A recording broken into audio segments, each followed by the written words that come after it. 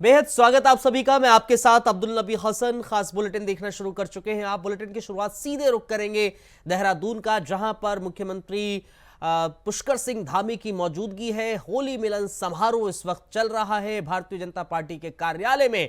इस समय होली मिलन समारोह है, जहां पर होली खेली जा रही है। मुख्यमंत्री की मौजूदगी है, तमाम कार्यकर्ता मौजूद हैं।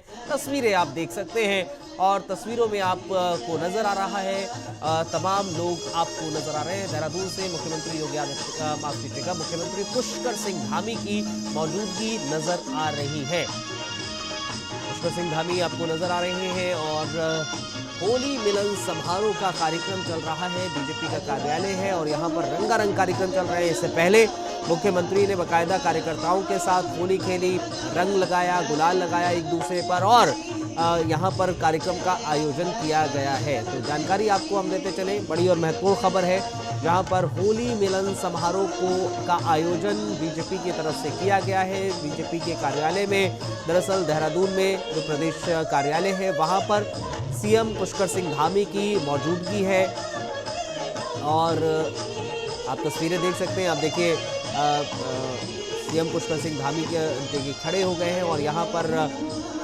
पुष्प वर्षा की जाएगी लोगों पर, ये भी बहुत मुमकिन है। और इसके अलावा गुलाल अबीर भी खेला गया है, उससे फूलों की होली एक तरीके से खेली जा रही है। दो तस्वीरें आप देख रहे हैं जब यहाँ पर पहुँचे थे मुख्यमंत्री। दूसरी तस्वीर में आप देख सकते हैं कार्यालय पहुँचे थे और यहाँ पर उनका स्वागत हुआ। और पहली तस्वीर में आप देख सकते हैं कैसे फूल बरसा रहे हैं कार्यकर्ताओं पर, लोगों पर। जाहिर है, देखिए, जब होली का आज जब पावन पर्व है, त्योहार है, रंगों की बरसात है और यही एक कारण है कि आज की तारीख में देश के कोने कोने पर लोग होली मना रहे हैं। इसमें अब बीजेपी कार्यालय का जिक्र करें तो यहाँ पर मौजूदगी मुख्यमंत्री पुष्कर सिंह धामी की है। और पुष्कर सिंह धामी, दरअसल पहले तो रंग खेला गया और उसके बाद अब पुष्प वर्षा की जा रही है, फूलों की वर्षा की जा रही है होली के मौके पर। जब मुख्यमंत्री यहाँ मौजूद थे, यहाँ पर पहुंचे थे, तो उनका स्वागत बाकायदा किया गया बीजेपी कार्यकर्ताओं के जरिए और गुलाल लगाया गया और फिर मुख्यमंत्री ने भी लगाया गुलाल। उसके बाद रंगारंग कार्यक्रम भी हुए, संगीत हुआ और फिर अब से कुछ देर पहले मुख्यमंत्री पुष्कर सिंह धामी ने पुष्प वर्षा कर जाहिर तौर पर कार्यकर्ताओं के साथ होली मनाते हुए नजर आ रहे हैं।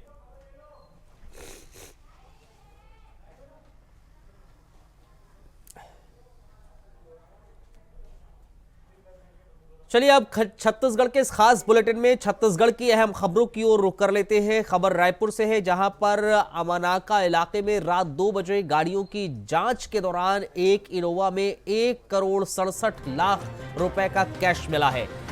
ड्राइवर के साथ एक युवक सफेद रंग की इनोवा में रायपुर से नागपुर की ओर जा रहा था। अमानाका के पास पुलिस की चेकिंग पॉइंट लगी हुई थी। पुलिस ने गाड़ी रोककर जांच की, डिग्गी खोलकर देखा तो चैम्बर में नोटों का बंडल रखा हुआ था। इसकी सूचना वरिष्ठ अधिकारियों को दी गई। उसके बाद आला अधिकारी मौके पर पहुंचे। पुलिस ने नोट गिनने की मशीन बुलाई, गिनती की। पुलिस ने यूपी के रहने वाले श्रीकांत सिंह और विनोद कुशवाहा को गिरफ्तार भी कर लिया है। दोनों ने नोटों की जानकारी नहीं होने का बयान दिया। पुलिस ने मामले की आगे की जांच के लिए आयकर विभाग को सौंप दिया है। आयकर विभाग ने भी इसकी जांच शुरू कर दी है।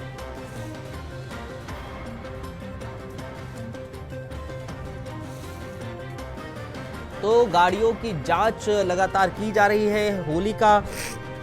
होली का दरअसल मौका था, तो निश्चित तौर पर जो रेगुलर बेसिस पर चेकिंग अभियान चलता है उसमें थोड़ी सी सख्ती बरती गई थी। उसी बाबत जब पुलिस ने एक इनोवा कार को रोका तो उसके डिग्गी में कैश बरामद हुआ और करोड़ों का कैश, तकरीबन 1.5 करोड़ से ज्यादा, 1,67,00,000 रुपए का कैश बरामद हुआ है।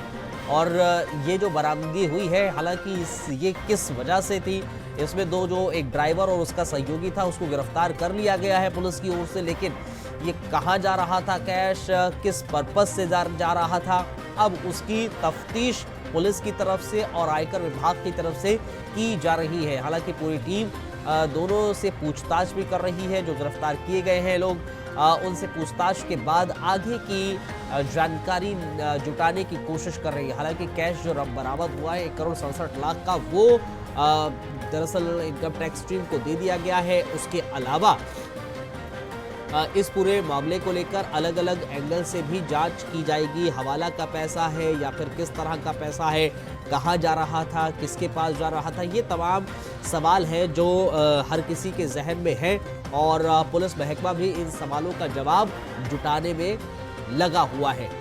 हालांकि अब देखना होगा कि पूछताछ में क्या पता चलता है। और जाहिर तौर पर हमारे साथ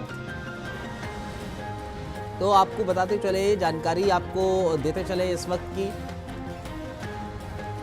पुलिस ने आयकर विभाग को कैश पूरा सौंप दिया है। मनोज शुक्ला हमारे साथ, हमारे संवाददाता इस समय लाइव जुड़ गए। मनोज का सीधे रुख करते हैं। मनोज, जरा बताइए, क्या ये कैश बरामद हुआ है, कब बरामद हुआ है, क्या तफ्तीश चल रही है और तफ्तीश में क्या कुछ सामने आया? जी बिल्कुल अब्दुल, आपको बता दूं कि रायपुर राजधानी पुलिस द्वारा चेकिंग पॉइंट लगाकर त्योहार का समय चल रहा है, विधानसभा का भी सत्र चल रहा है। ऐसे में जगह जगह पुलिस जो है नाकेबंदी कर चेकिंग पॉइंट बनाकर गाड़ियों की चेकिंग कर रही है और सब गाड़ियों कागजात की भी तरह जानकारी ली जा रही है। तो इसी के तहत बुधवार की रात की 2 से 2:30 बजे के लगभग एक गाड़ी जो है राजधानी के आमानाका थाने के अंतर्गत जा रही थी, जो नागपुर की तरफ जा रही थी रायपुर से। तो उसकी गाड़ी में जो इनोवा गाड़ी थी और उसकी तलाशी में 1,67,00,000 रुपए जो है इसमें डिग्गी में एक चैम्बर बना के, सबसे खास बात इसमें देखने को मिला कि इसमें नोटों को बंडलों को रखने के लिए चैम्बर बनाया गया था। तो पुलिस को शक हुआ, तो फिर पुलिस ने जो है अपने उच्च अधिकारियों से संपर्क किया, तो गाड़ी को जब्ती करके 2 लोग उसमें हिरासत में लिए गए।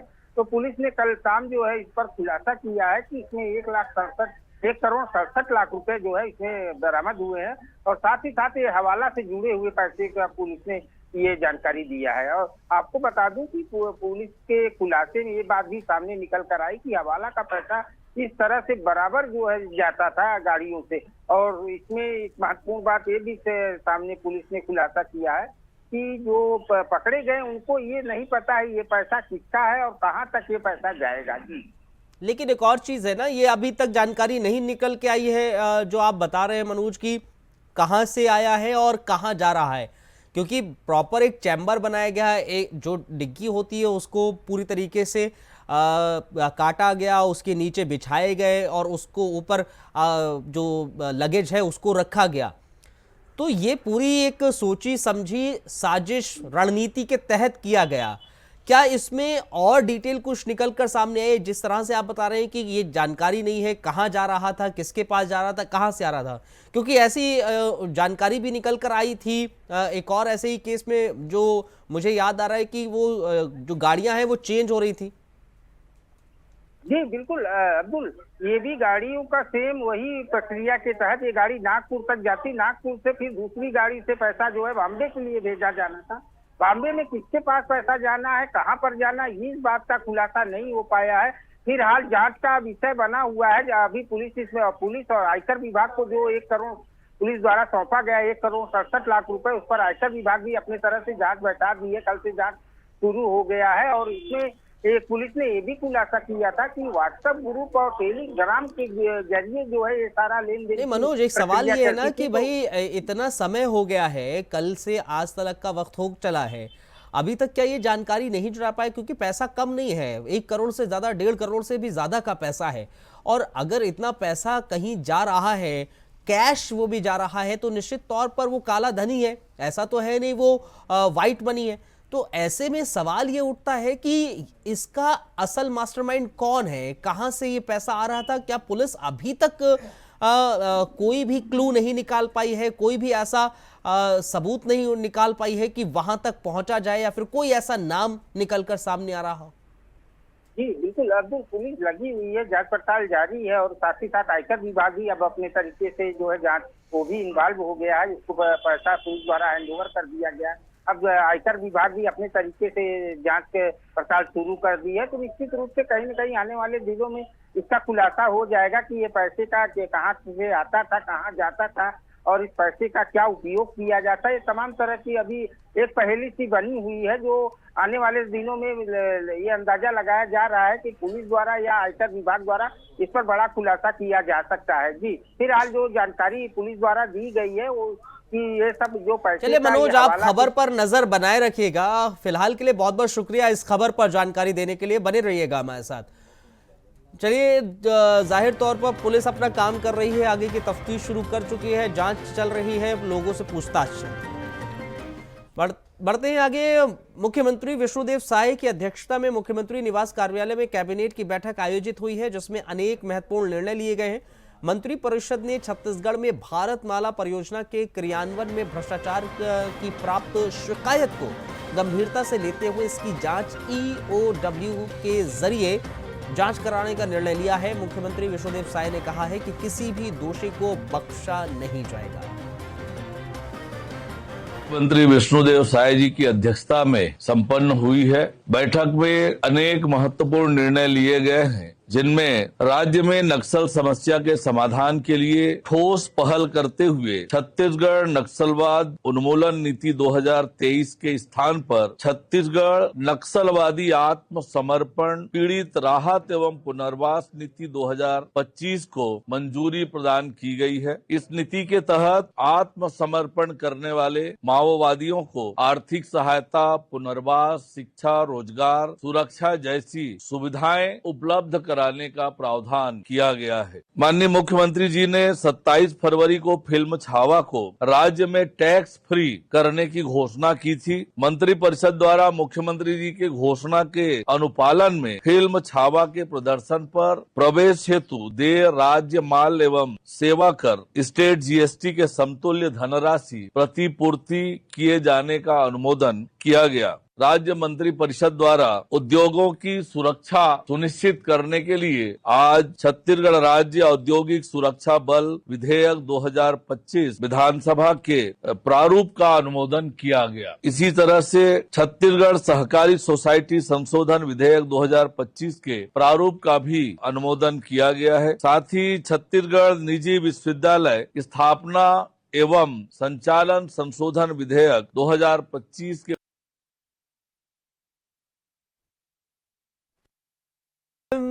निर्णय लिए गए हैं। इस योजना को लेकर कहा गया है कि दोषियों को बख्शा नहीं जाएगा। मनोज। जी बिल्कुल अब्दुल, आपको बता दूं, ये भारतमाला जो परियोजना है, जो प्रोजेक्ट है, ये पूरे भारत को जोड़ने के लिए एक केंद्र सरकार की एक बड़ी योजना है, जो सभी प्रदेशों को जोड़ने का काम जो है भारत में, ये रोड बनाने का काम भारतमाला प्रोजेक्ट के तहत किया जाना है। और रायपुर से आपको इसी के तहत बता दूं कि रायपुर से ये विशाखापट्टनम के लिए भारतमाला योजना परियोजना का ये शुरुआत हुआ था, जिसमें जो है बड़ा भ्रष्टाचार हुआ है। आपको बता दूं, जो भ्रष्टाचार हुए हैं वो जिसकी जमीन अधिकृत की गई थी, उनके मुआवजों में भारी भ्रष्टाचार अधिकारियों द्वारा मिलीभगत से हुआ है, जिसमें जो है विधानसभा सत्र में यह बात उठी, सुबह बात उठी है सदन में। ये जो है नेता प्रतिपक्ष चरणदास महंत ने यह बात उठाई है कि भारतमाला परियोजना में जो गड़बड़ी हुई है उसकी CBI जांच हो। लेकिन वहीं पर CM साय ने जो है उन पर तंज कसते हुए कहा कि CBI को आप लोगों ने अपने समय में बैन कर दिया था, इसलिए जो है CBI की जांच से उन्होंने इनकार कर दिया। और साथ ही साथ शाम को जब कैबिनेट की बैठक हुई तो देर शाम जो है ये पास हो गया कैबिनेट से कि इसकी भारतमाला परियोजना में जो गड़बड़ी हुई है इसकी जांच जो है EOW करेगी। इसी के तहत इस पर बड़ी कार्रवाई। और आपको बता दूं कि जो कैबिनेट की बैठक हुई है उसमें कई अनेक महत्वपूर्ण फैसले लिए गए, जो सराहनीय फैसले लिए गए हैं। जैसे जो है कि नक्सलवाद के लिए काफी कुछ जो है बड़े फैसले लिए गए, और राज्य में व्यापारियों के लिए जो है उद्योग के लिए बड़े फैसले लिए गए। तो इन तमाम तरह की मतलब साफ है ना मनोज कि जो छत्तीसगढ़ की सरकार है, साय सरकार है, वो इस समय एक तो जीरो टॉलरेंस को लेकर प्रतिबद्ध है कि किसी भी तरह का भ्रष्टाचार जो है वो सहा नहीं जाएगा। कोई भी अधिकारी किसी भी तरह का भ्रष्टाचार करता हुआ पाया गया उस पर सख्त कार्रवाई की जाएगी। और ये बता दिया गया है कि भारतमाला परियोजना में जो भ्रष्टाचार हुआ था अब उसकी जांच चल रही है, कोई भी दोषी होगा उसको बख्शा नहीं जाएगा, ये साफ संदेश दिया है।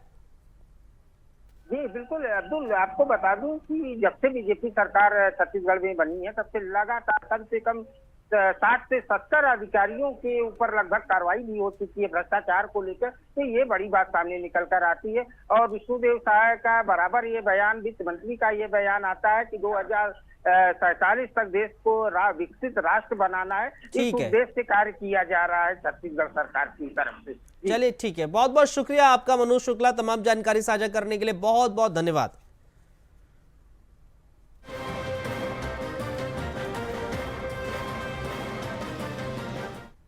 खबर बलौदा बाजार से है, जहां पर एक अन्नदाता ने प्रशासन के लेट लतीफी के चलते जहर खा लिया। किसान को तुरंत न्याय नहीं मिलने के चलते तहसील कार्यालय से निकलते ही कार्यालय परिसर में जहर खाकर आत्महत्या का प्रयास किया। मौके पर मौजूद लोगों और तहसीलदार ने तुरंत किसान को सामुदायिक स्वास्थ्य केंद्र भर्ती कराया, जहां उसका इलाज जारी है। फिलहाल उसकी हालत गंभीर बनी हुई है।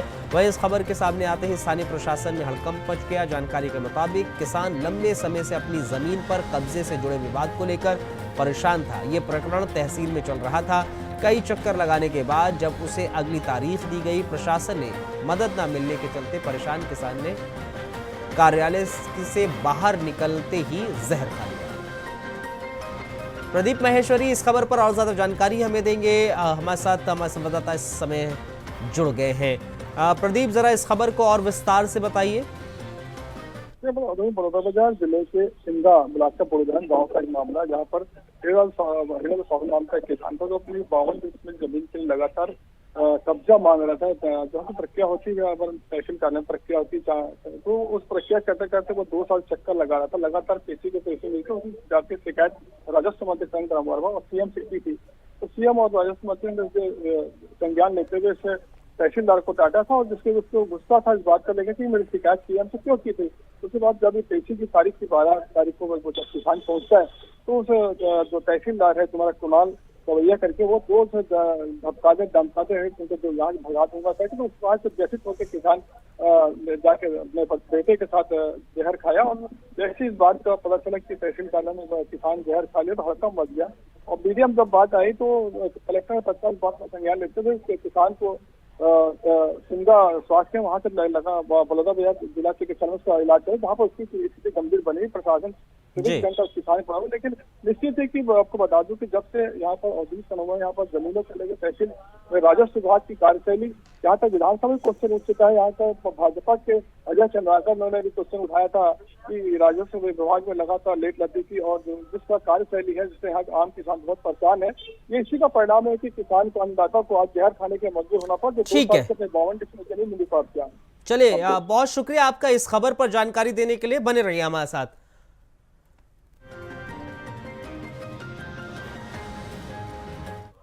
बढ़ते हैं आगे। बलौदा बाजार के स्वयं सहायता समूह की महिलाएं हर्बल गुलाल का निर्माण कर अपना अलग पहचान बना रही हैं। समूह के जरिए निर्मित हर्बल गुलाल की लोगों में अच्छी मांग है। इसी कड़ी में बुधवार को विकास खंड पराली के ग्राम पंचायत धमनी की राष्ट्रीय ग्रामीण आजीविका मिशन की जय मां वैष्णवी स्वयं सहायता समूह के जरिए संयुक्त जिला कार्यालय के रिसेप्शन काउंटर के पास स्टॉल लगाया गया। नवनिर्वाचित जिला पंचायत अध्यक्ष आकांक्षा जायसवाल और जनपद पंचायत अध्यक्ष सुलोचना यादव ने स्टॉल का अवलोकन किया और हर्बल गुलाल खरीदकर प्राकृतिक उत्पादों के उपयोग को बढ़ावा देने को लेकर प्रोत्साहित भी किया। प्रदीप हमारे साथ लगातार बने हुए हैं। प्रदीप, इस वक्त देखा जाए तो हर्बल जो कलर्स हैं उसका बड़ा चलन देखने को मिल रहा है, और यही एक कारण है कि यहाँ पर भी हर्बल गुलाल के उत्पादन से महिलाएं किस तरह से सशक्त बने उसको लेकर कदम उठाया गया। आपको बता दूं कि राष्ट्रीय आजीविका मिशन के तहत यहाँ पर जितनी गाँव में स्व सहायता समूह की महिलाएं होती हैं वो गुलाल स्वयं अपने निर्माण करती हैं। और जिला प्रशासन की ओर से यहाँ पर जब स्टॉल लगाया जाता है तो सभी कर्मचारियों को बोला जाता है कि महिला को सशक्त बनाने के लिए इन्हीं के गुलाल का त्योहार में उपयोग करें, ताकि अधिक से अधिक महिला सशक्त होंगी और उनका सशक्त बनेगी। इसी बात को लेकर आप आज जिला कलेक्टर ने इनका गुलाल लगाया। लगभग 2 लाख से अधिक का गुलाल सभी कर्मचारियों ने लिया और जितने भी जनप्रतिनिधि थे, जहाँ जिला पंचायत के अध्यक्ष आकांक्षा जायसवाल है, जनपद पंचायत के अध्यक्ष सुलोचना यादव है, पूर्व नगर पालिका अध्यक्ष चित्तावत, सभी ने अपने होली के त्योहार के लिए इन्हीं का 100 जो बनाए गए जो गुलाल थे उन्हीं का गुलाल को खरीदा और अच्छा उनको महिलाओं को बहुत उत्साह मिला। और जितने कर्मचारी थे उन्होंने भी हर्बल गुलाल का प्रयोग किया, जिससे कि निश्चित है कि महिला सशक्त होंगी और आने वाले समय में और अच्छे से उत्पादन करेंगे, तो मार्केट में भी इनके गुलाल को बिकेगा। एक जो पहल है कलेक्टर साहब की और महिला को बहुत अच्छी है। चलिए, बहुत बहुत शुक्रिया प्रदीप महेश्वरी, आपका तमाम जानकारी साझा करने के लिए बहुत बहुत धन्यवाद।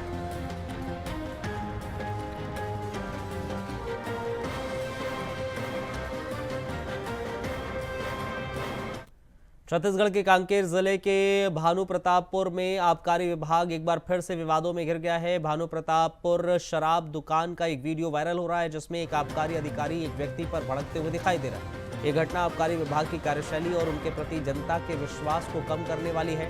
आबकारी विभाग की प्रतिक्रिया भी बेहद आश्चर्यजनक थी, उन्होंने फोन तक नहीं उठाया। इसके अलावा शराब दुकान के मैनेजर ने भी घटना के बारे में जानकारी देने से इनकार कर दिया। उन्होंने कहा कि वीडियो वायरल करने वालों का तो काम है वीडियो वायरल करना, जिससे ये लगता है कि वो इस मामले में अपनी जिम्मेदारी से बचना चाहते हैं। घटना आबकारी विभाग और शराब की दुकान के मैनेजर के बीच मिली भगत की ओर इशारा करती है। ये जरूरी है इस मामले में उच्च स्तरीय जांच हो, दोषियों के खिलाफ कार्रवाई हो। चलिए, इस बुलेटिन में फिलहाल इतना ही, इजाजत दीजिए, नमस्कार।